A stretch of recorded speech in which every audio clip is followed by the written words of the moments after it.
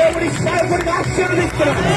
నీ ప్రతి అవమానం కొట్టవేయబడిన, నీ ప్రతి నింద కొట్టవేయబడిన, నీ ప్రతి మానసిక ఒత్తిడి ఏమి కొట్టవేయబడిన.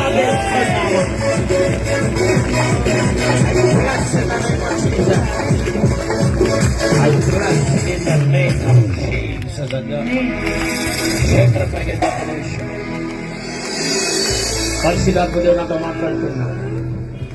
ఇక్కడ ఒక సహోదరి మానసికమైన పండగల చేత, మానసికమైన ఒత్తిడి చేత,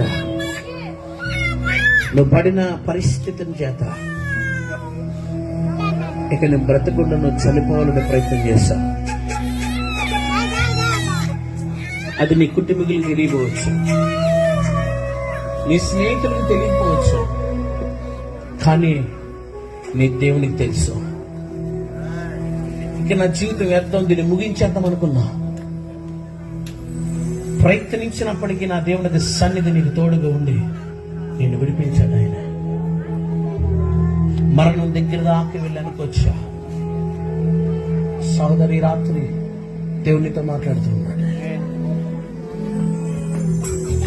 ఇప్పటికీ కూడా నీ లోపల వేదన ఉంది. ఎందుకు బతికించావు ప్రభా నన్ను? అప్పుడే నన్ను చంపేస్తుంటే బ్రతికి